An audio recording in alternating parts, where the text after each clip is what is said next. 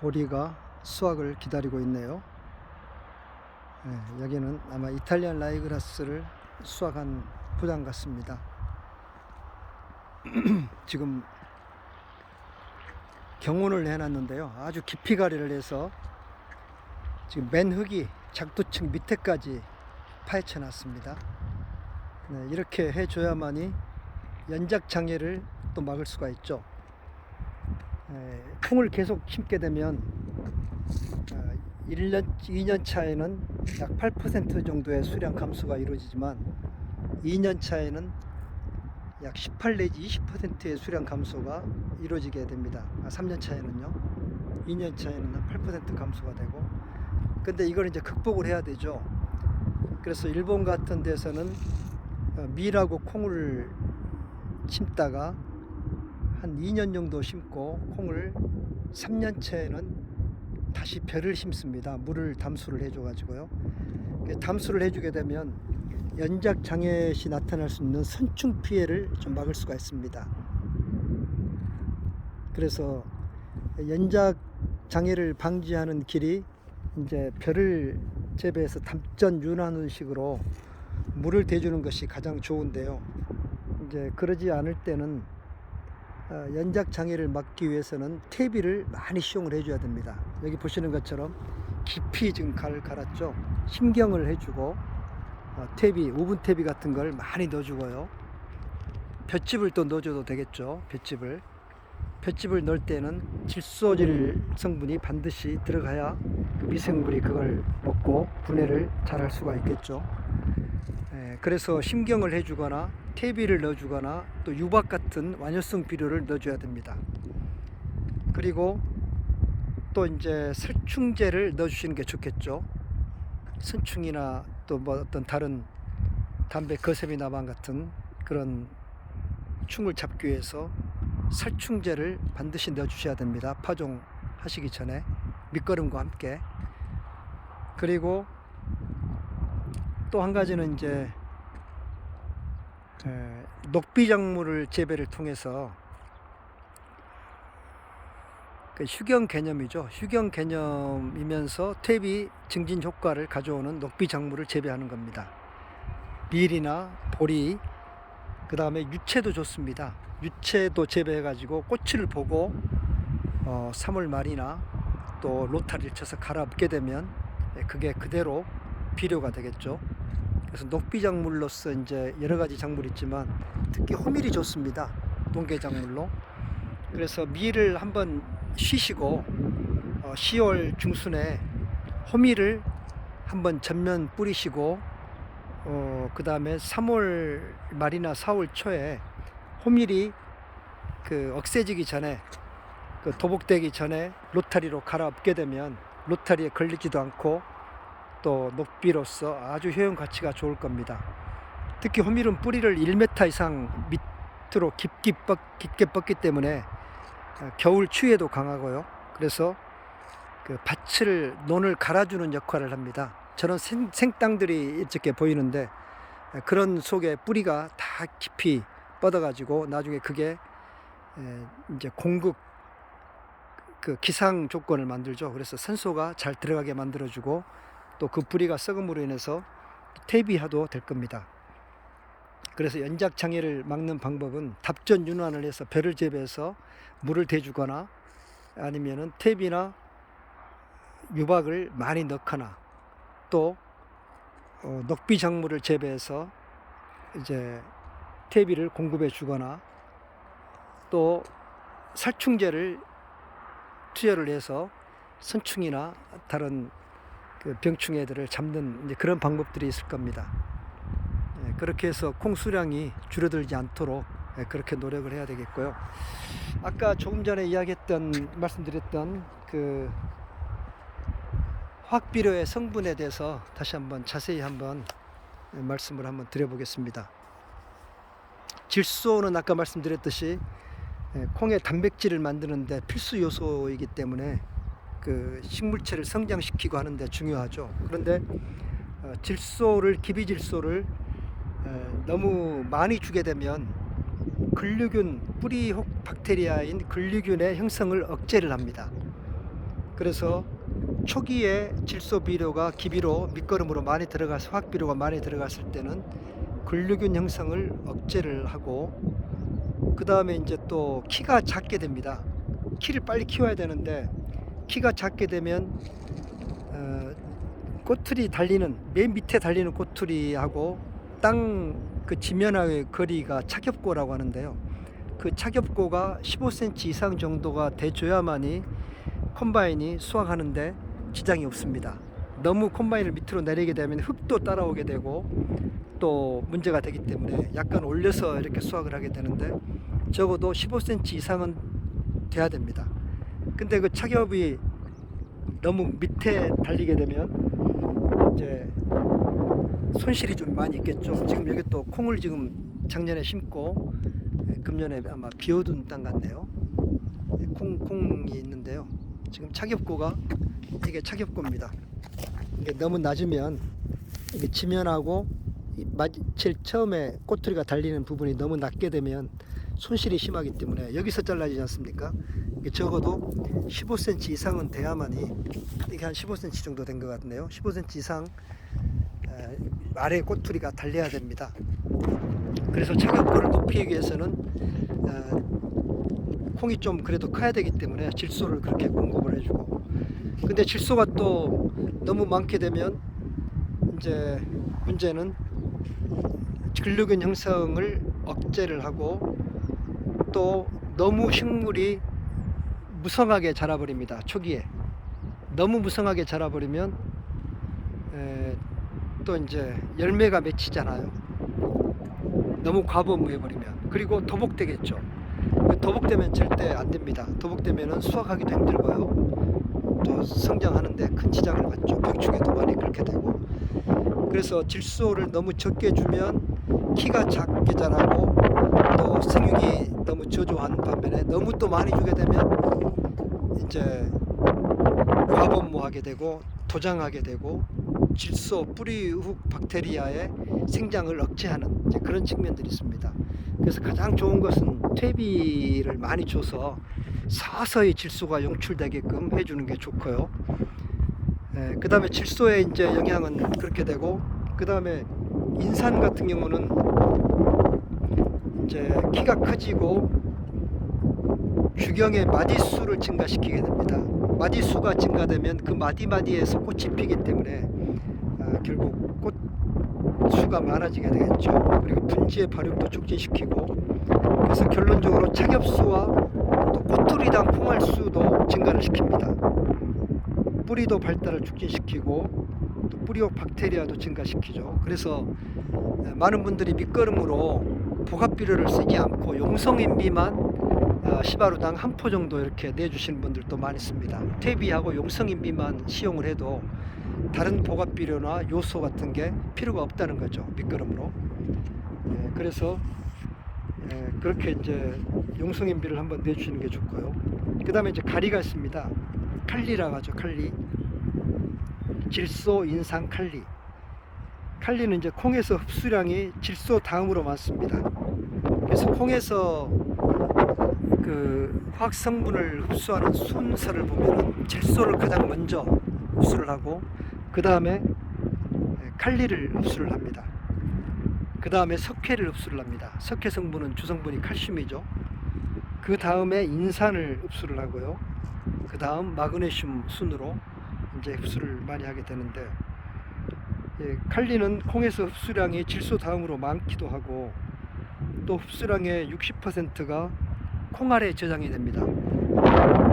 그러면 이제 콩알의 무게가 증가가 되겠죠. 그럼 백립중이 100개의 무게가 올라가면 아마 수량도 증가가 될 겁니다. 그리고 이제 수분 흡수나 기공의 개폐, 또 광합성 산물의 이동 촉진에 관여를 하기 때문에 이제 중요하고, 그런데 포장해서 결핍되기가 쉽습니다. 결핍이 되면은 잎 가장자리가 그 질소 결핍처럼 황화가 돼 버립니다. 아까 인산이 결핍되면은 잎이 좀 작아지고요. 이 칼리가 결핍이 되면은 잎 가장자리가 황화가 되기 때문에 문제가 되고, 또 콩알의 무게가 감소돼 버리는 그런 경향이 있죠. 그래서 특히 이제 질소 인산 가리를 그렇게 중요시하게 공급을 해야 되고, 그다음에 마그네슘은 이제 광합성을 증진시키는데 중요한 요소입니다. 우리가 헤모글로빈 P의 주성분은 철분이죠. 그 중앙 원소가 철분으로 되어 있는데, 엽록소의 구성 성분도 보면은 거의 P하고 비슷합니다. 구조식이요. 근데 거기 가운데 철 대신 마그네슘으로 치환이 되어 있다고 생각하시면 됩니다. 그래서 우리 P의 주성분은 철분이라면 이 엽록소의 주성분은 마그네슘이다 라고 볼 수 있기 때문에 이 광합성에 중요한 작용을 마그네슘이 한다는 거죠. 코토죠. 코토로서 공급이 됩니다. 그 다음에 이제 이것 외에 미량 요소들이 여러 가지가 있는데, 붕소도 중요하죠. 붕소가 들어가야만이 모든 작물에서 영양분의 기능을 잘 발휘할 수 있도록 해주는 게 붕소이기 때문에 붕소는 당연히 들어가야 되겠고요. 근데 이제 몰리브덴이 또 특별히 중요합니다. 몰리브덴의 역할은 인산하고 비슷합니다. 인산. 그래서 그 마디수를 좀 증가시켜서 꽃을 많이 맺히게 만들고, 그 다음에 근류균을 활성화시킵니다. 몰리브덴의 역할이에요. 근류균을 활성화시키고 또 광합성 능력을 증대시킵니다. 이런 작용이 있기 때문에. 그런데 몰리브덴은 이제 비료 상에서 팔질 않아요. 주로 화공약품으로 취급이 되는데요.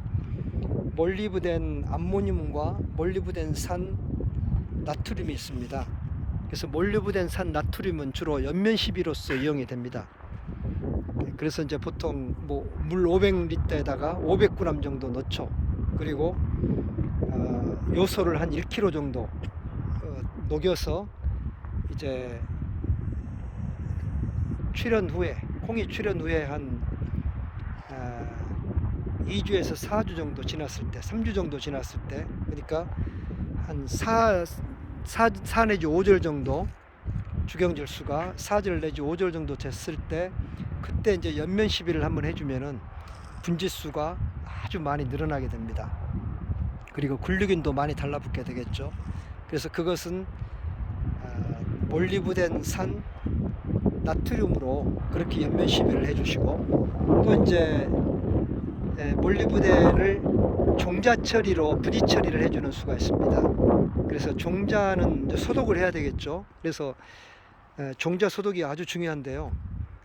그 베노람이나 벤네이트 T 뭐 이런 걸 해주셔야 되는데, 가령 이제 콩 20g, 20kg를 종자 소독을 한다면은 베노람 한 50g에다가 새가 이제 달라들지 않게 하는 새총 100ml 정도 집어넣고, 또 스미총 같은 그 냄새가 나는 농약을 한 40ml 정도 집어넣으면은 새 방지하는 데 효과가 있습니다.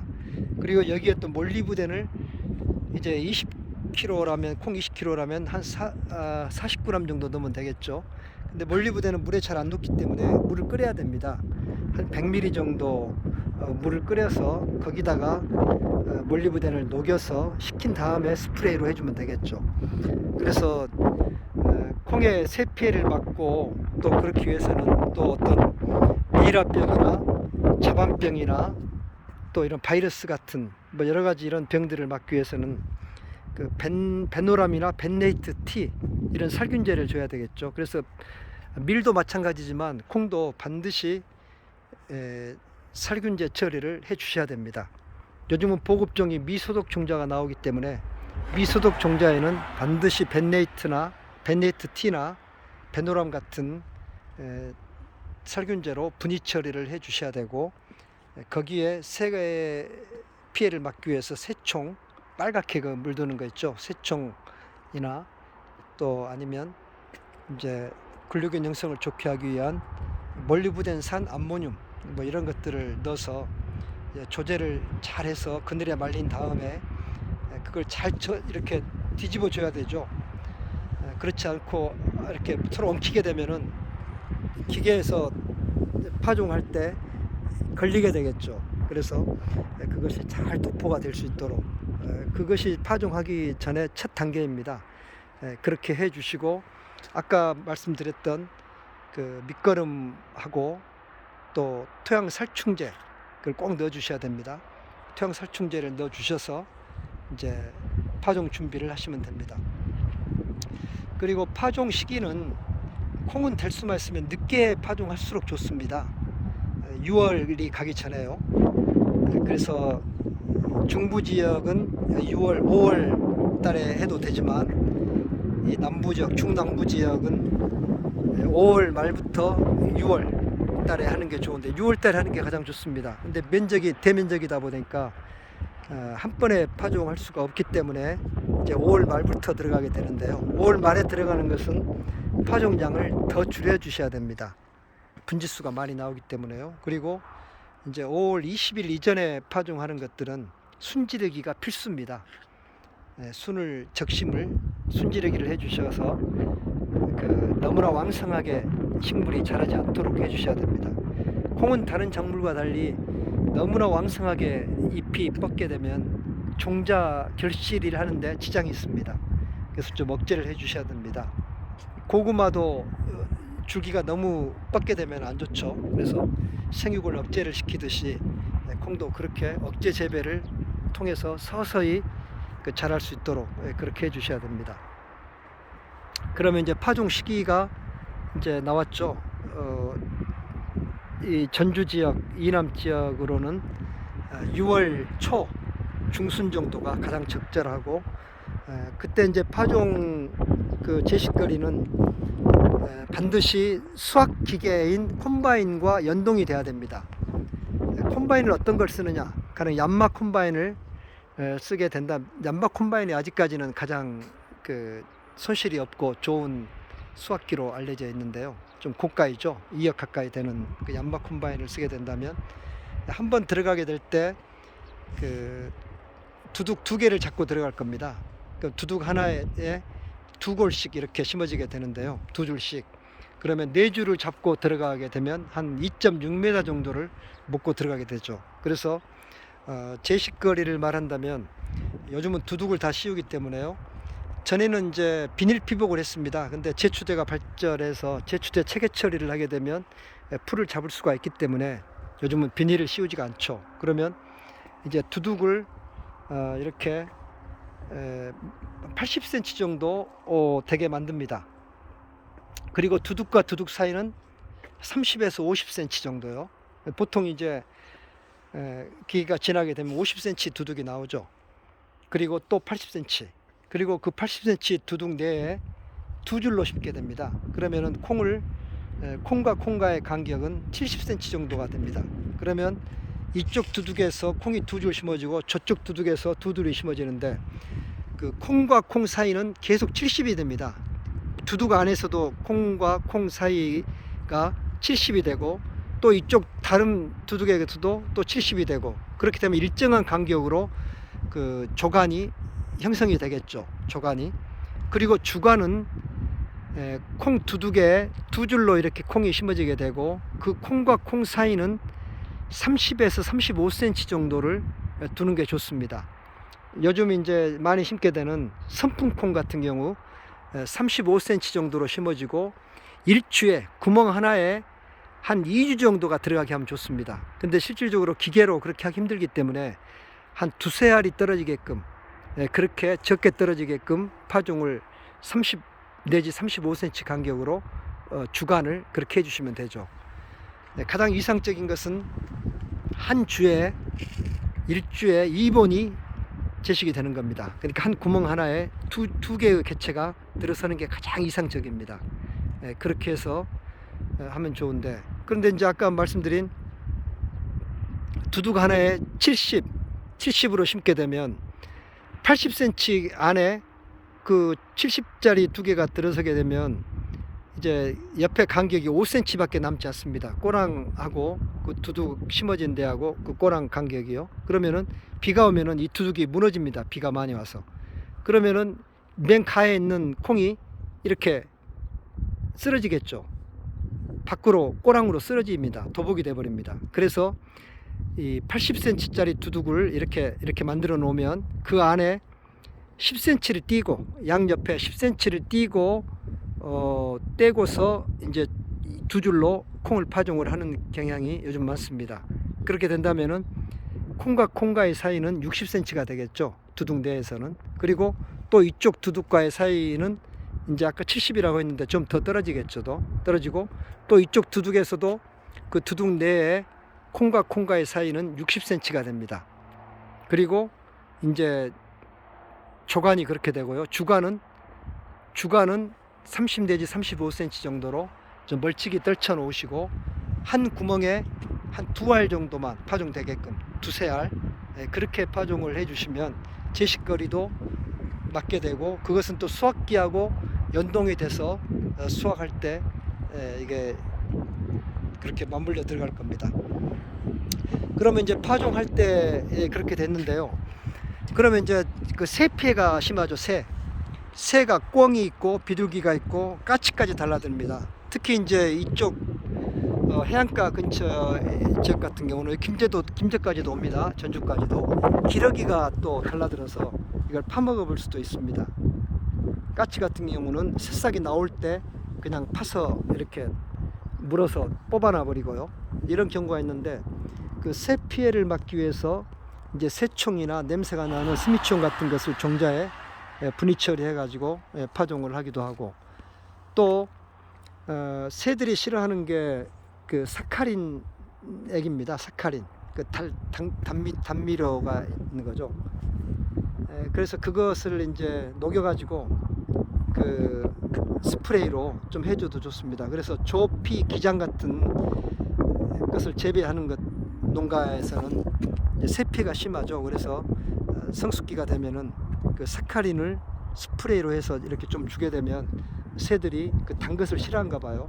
그래서 그걸 회피를 할 수 있게 되고 또 이제 뭐 대포 총을 쏘거나 또 뭐 그물망을 치거나 또 여러 가지 이제 방법을 하는데요. 가장 좋은 것은 파종 당시에 그 종자에다가 냄새가 나는 그런 것들을 좀 해주시면 좋고 또 약국에서 파는 크레졸 비누액이 있습니다.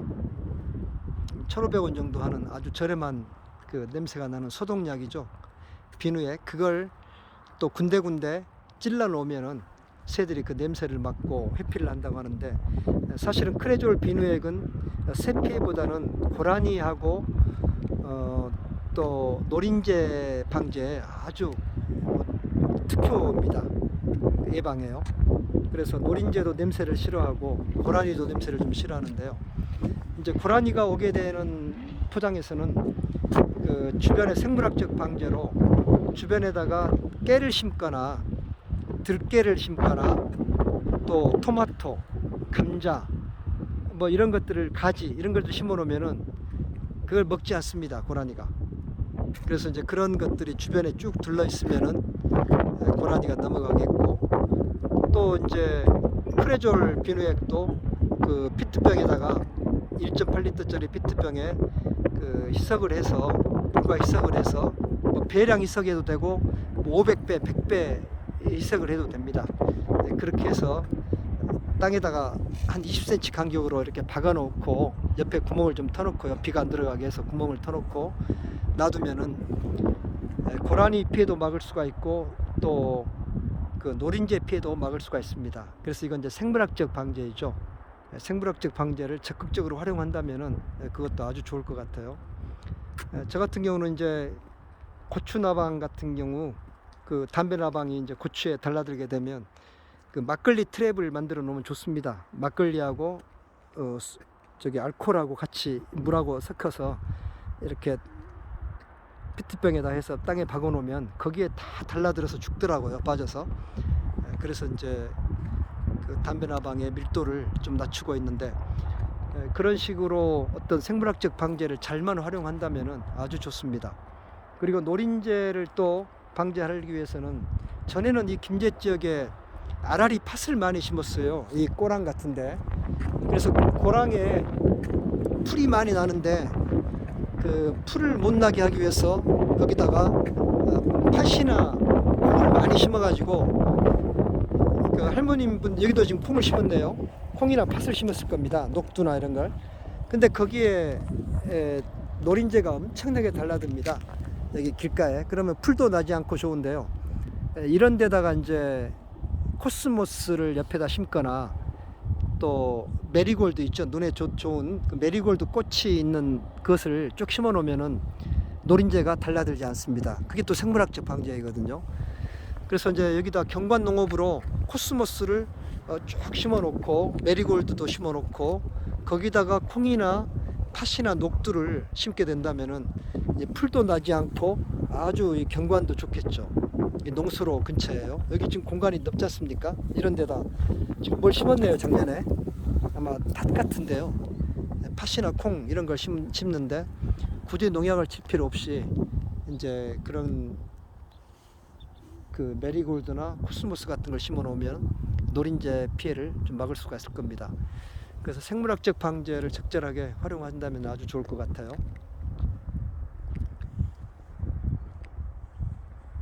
네, 그 다음에 또 다른 내용들은 또 다시 말씀을 드리겠습니다.